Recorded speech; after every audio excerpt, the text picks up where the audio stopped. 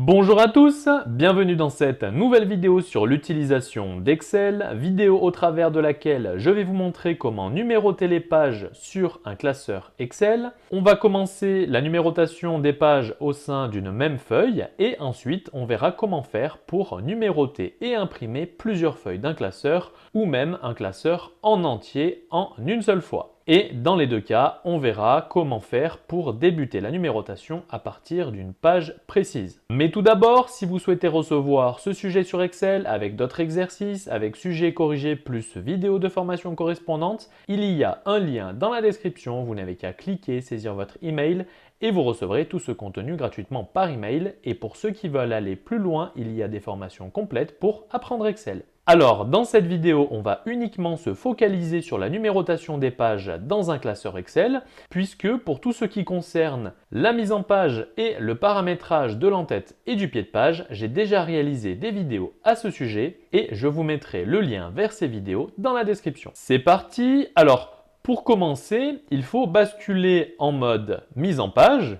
ou mode page pour afficher visuellement l'entête et le pied de page, puisque c'est sur ces zones-là que l'on va définir la numérotation des pages. Pour accéder à ce mode, vous avez deux possibilités. La première, c'est de cliquer sur l'onglet Affichage, puis dans le groupe Mode d'affichage, de choisir Mise en page. Ou alors en cliquant directement sur la seconde icône en bas à droite, l'icône Page. Une fois dans ce mode, vous pouvez alors visualiser l'entête et le pied de page. Alors, dans cet exemple, on va poursuivre sur le fichier réalisé dans la vidéo précédente sur l'impression d'un fichier Excel. Donc, vidéo qui portait sur le paramétrage de l'entête et du pied de page. Et donc, on va insérer la numérotation des pages dans la zone libre restante, à savoir le milieu du pied de page. Alors, on va commencer par la numérotation des pages sur une seule feuille. Premier cas, on va débuter la numérotation à la première page. Pour commencer, il faut insérer la numérotation des pages au sein de cette feuille. Pour cela, on va directement cliquer sur la zone du milieu du pied de page, puis dans l'onglet Entête et pied de page, on va insérer les éléments qui nous permettent d'afficher la numérotation des pages, à savoir le numéro de page, qui va retranscrire le numéro de page de la feuille sur laquelle se trouve cet élément. On va insérer un slash et afficher un décompte sur le nombre de pages total. Donc numéro de page slash nombre de pages qui nous permet d'afficher la page en question sur le nombre total de pages sélectionnées pour l'impression. On peut sortir du pied de page en cliquant sur une des cellules de la feuille.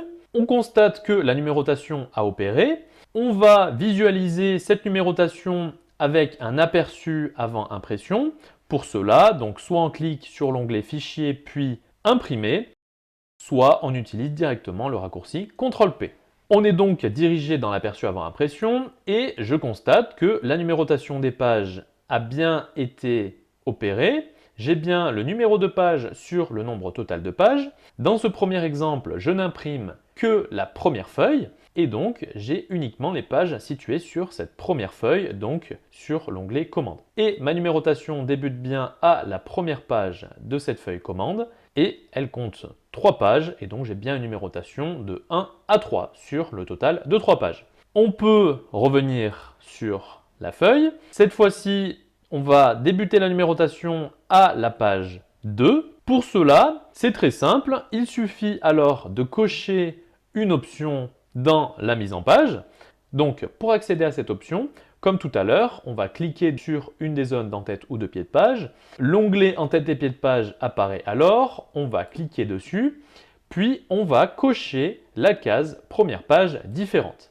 Option qui nous permet de définir une première page indépendamment des pages suivantes. Donc, on va pour cette page supprimer la numérotation des pages créées, puisqu'on souhaite définir une numérotation des pages à partir de la page 2 de cette première feuille. Et si je me rends sur les onglets suivants, je constate que par contre, le numéro de page ne tient pas compte du fait que la première page est différente, c'est-à-dire que ok, je peux définir une première page différente des suivantes, donc la numérotation peut ne pas apparaître sur la première page alors qu'elle apparaît sur les suivantes. Par contre, ici, mon nombre de pages tient compte de la première page. Et ici, j'ai en numéro de page 2 au lieu d'avoir 1. Et le total de pages est toujours de 3, alors que désormais, on a seulement 2 pages sur les 3 qui sont concernées par la numérotation. Donc, pour corriger ces deux problèmes, on va se rendre dans l'onglet « Mise en page », puis dans le groupe « Mise en page », on va cliquer sur la petite flèche en bas sur la droite pour accéder à toutes les options de mise en page. Une fenêtre s'ouvre alors et dans l'onglet « Page », on va commencer la numérotation à 0 pour que la première page ne soit pas concernée par la numérotation. Si la numérotation commence à 0, eh bien en réalité, la page numéro 1 figurera à partir de la page 2. Je peux cliquer sur OK. Désormais, ma page 2, donc première page concernée par la numérotation, affiche bien le numéro de page 1. Et il ne me reste plus qu'à modifier manuellement le nombre total de pages. Je sais que j'ai 3 pages au total, dont 2 concernées par la numérotation. Je vais donc définir manuellement le nombre de pages et le remplacer par 2. Et désormais, si j'effectue un CTRL-P pour me rendre dans l'aperçu avant impression, la première page n'est pas numérotée et à partir de la seconde page, j'ai bien la numérotation qui commence et celle-ci est correcte puisque j'ai 2 pages qui sont numérotées sur 3. Ma deuxième page, c'est bien la page 1 sur 2 et la troisième page, c'est bien la page 2 sur 2 puisque la première page n'est pas numérotée. Donc, c'est OK pour ce qui est de la numérotation des pages sur une seule feuille. Et maintenant, on va voir comment faire pour numéroter les pages sur un classeur entier. Alors, avant de commencer, 2 choses à savoir. La première, c'est que pour que la numérotation fonctionne, il faut bien insérer la numérotation de pages sur toutes les feuilles pour lesquelles on souhaite créer la numérotation. Sinon, les feuilles pour lesquelles la numérotation ne sera pas définie n'afficheront pas de numérotation. Par contre, le nombre de pages de ces feuilles sera quant à lui bien pris en compte sur le nombre total de pages. Et deuxième point, il faut savoir que la numérotation des pages se fait dans l'ordre des feuilles, c'est-à-dire de gauche à droite. Par exemple, si pour l'impression on sélectionne les onglets 1, 3 et 4, dans ce cas, la numérotation des pages va commencer sur les feuilles de l'onglet 1, puis va se poursuivre sur les feuilles de l'onglet 3, puis 4. Donc, on va voir comment débuter la numérotation à la première page. Comme on l'a vu en préambule, il faut donc paramétrer la numérotation des pages sur toutes les feuilles concernées par cette numérotation. Alors, soit on souhaite appliquer la numérotation uniquement sur quelques pages. Dans ce cas, il faut les sélectionner manuellement en maintenant la touche CTRL enfoncée et en cliquant sur toutes les feuilles concernées par la numérotation, puis ensuite définir la numérotation sur la feuille active, ce qui permettra de définir une numérotation pour tous les onglets sélectionnés. Soit on souhaite appliquer la numérotation des pages sur toutes les feuilles du classeur, et dans ce cas, il faut effectuer un clic droit sur un des onglets et choisir « Sélectionner toutes les feuilles ». Puis ensuite définir la numérotation des pages sur la feuille active et cette numérotation se définira ainsi sur tous les onglets sélectionnés, à savoir tous les onglets du classeur en passant par cette manipulation. C'est ce qu'on va faire dans l'exemple. Comme ça, la numérotation des pages sera présente sur chaque feuille et on pourra ensuite imprimer uniquement quelques feuilles de manière groupée ou alors la totalité des feuilles du classeur. Donc, on sélectionne tous les onglets, donc clic droit sur l'un des onglets et on choisit sélectionner toutes les feuilles. Puis, on définit la numérotation des pages. Donc, comme tout à l'heure, je clique sur la zone dans laquelle je souhaite insérer cette numérotation des pages. Je me rends dans l'onglet en tête et pied de page. Et comme tout à l'heure, je définis le numéro de page sur le nombre total de pages. Je clique sur une des cellules de la feuille. Et si je me rends dans les autres onglets, je constate que là aussi, la numérotation des pages a opéré. Par contre, il faut bien penser à décocher la case première page différente, puisque ici, eh bien, tous mes paramétrages liés à l'entête et au pied de page, ainsi qu'à la mise en page, ont été dupliqués de la feuille active, en l'occurrence de la feuille commande, sur toutes les autres feuilles qui étaient sélectionnées lors de cette manipulation. Et donc, il faut bien que je ressaisisse tous les onglets. Donc, clic droit sur l'onglet commande par exemple. Je choisis sélectionner toutes les feuilles et il faut bien décocher la case première page différente. On peut maintenant effectuer un clic droit et dissocier les feuilles pour revenir sur la sélection actuelle. Donc désormais, la numérotation des pages s'applique sur toutes les feuilles, même sur les premières pages de ces feuilles. Et il ne me reste plus qu'à modifier donc sur la feuille commande, dans l'onglet mise en page, on va se rendre dans toutes les options et ici il faut remettre la numérotation en auto. On clique sur OK. Donc on a remis le paramétrage initial de cette première feuille commande, à savoir le début de la numérotation en auto et on a décoché la case première page différente. Alors ici, comme tous les paramétrages liés à la mise en page ont été dupliqués de la feuille active, c'est-à-dire la feuille de début de sélection, en l'occurrence la feuille commande, eh bien toutes les mises à l'échelle des autres feuilles ont été dupliquées depuis cette feuille commande. Il faut donc que je les remodifie manuellement. Donc ici, la largeur était sur une page. Pour la feuille fournisseur, même chose, largeur sur une page. Et pour le détail commande, on était sur 87%. OK.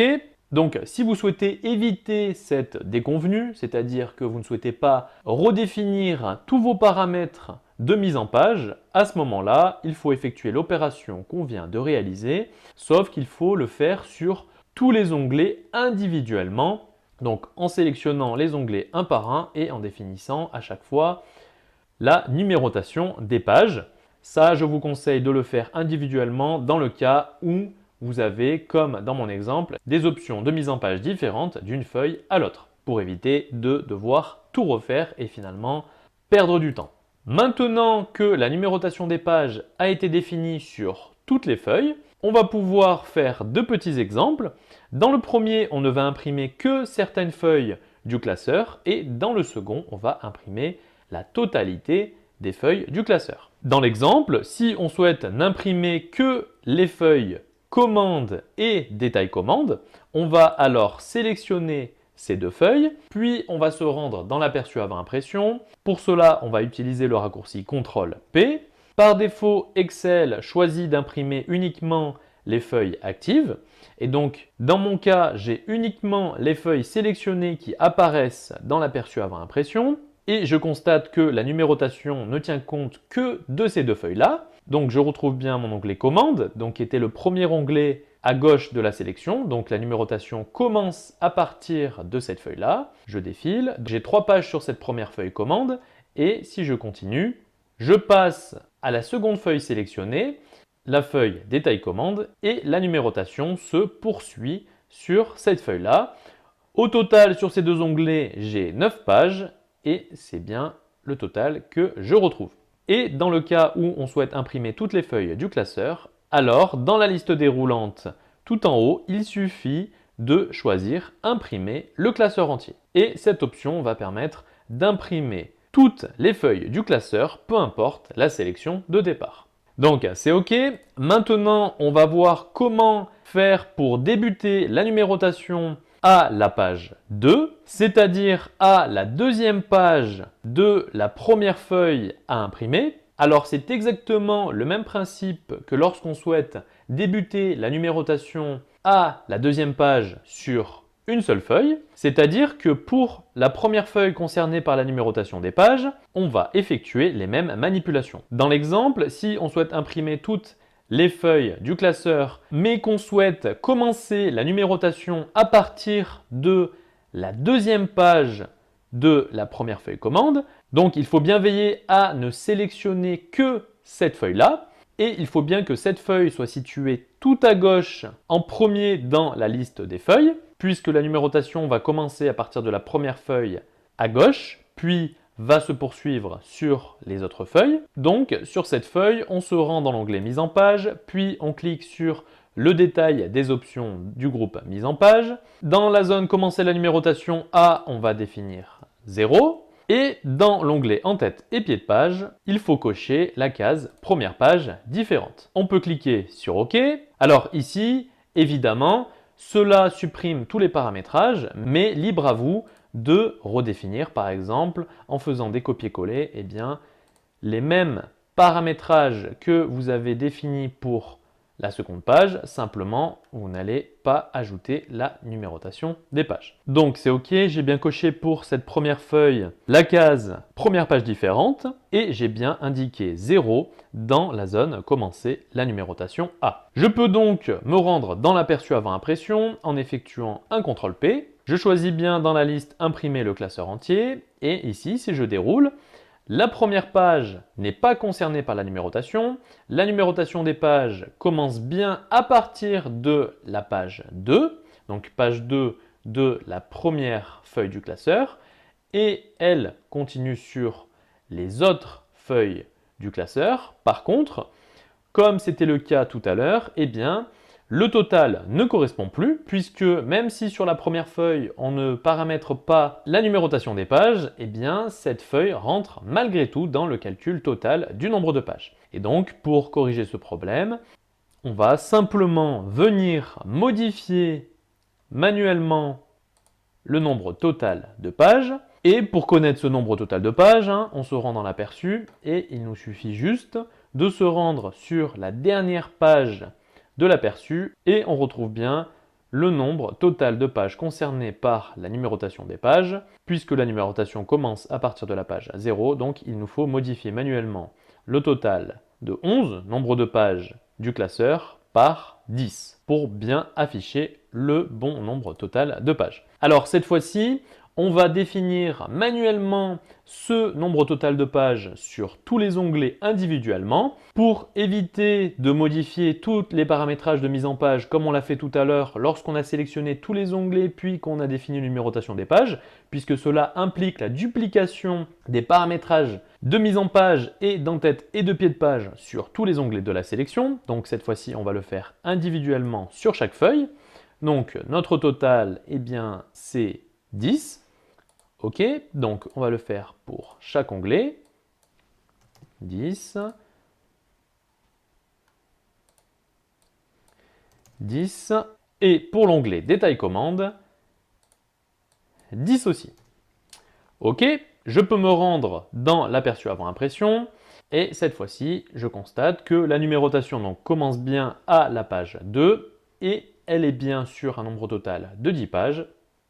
Et donc, ma dernière page, c'est bien la page 10 sur 10. C'est OK. Et dernier cas, si on souhaite commencer la numérotation à la page 3 ou plus, dans ce cas-là, mieux vaut mettre toutes les pages qui ne sont pas concernées par la numérotation dans une seule feuille. Donc, on va le faire très rapidement. Donc, la première feuille commande, on ne souhaite pas qu'elle soit concernée par la numérotation. Donc nous, on souhaite commencer la numérotation des pages uniquement à partir de la seconde feuille client. Donc on va supprimer dans cette feuille le paramétrage de la numérotation des feuilles. Pour la feuille suivante, on va se rendre dans l'onglet mise en page et on va commencer la numérotation des pages à 1, puisque c'est sur cette feuille que va commencer la numérotation des pages. On clique sur OK. Et il ne reste plus qu'à définir manuellement le nombre total de pages. Pour cela, on se rend dans l'aperçu avant impression. On va sur la dernière page, donc il faut bien veiller à ce que tout le classeur soit imprimé. On retrouve un total de 8 pages et il ne nous reste plus qu'à définir manuellement ce nombre total de pages. On va le définir sur tous les onglets individuellement. 8. Et dans le dernier onglet, 8.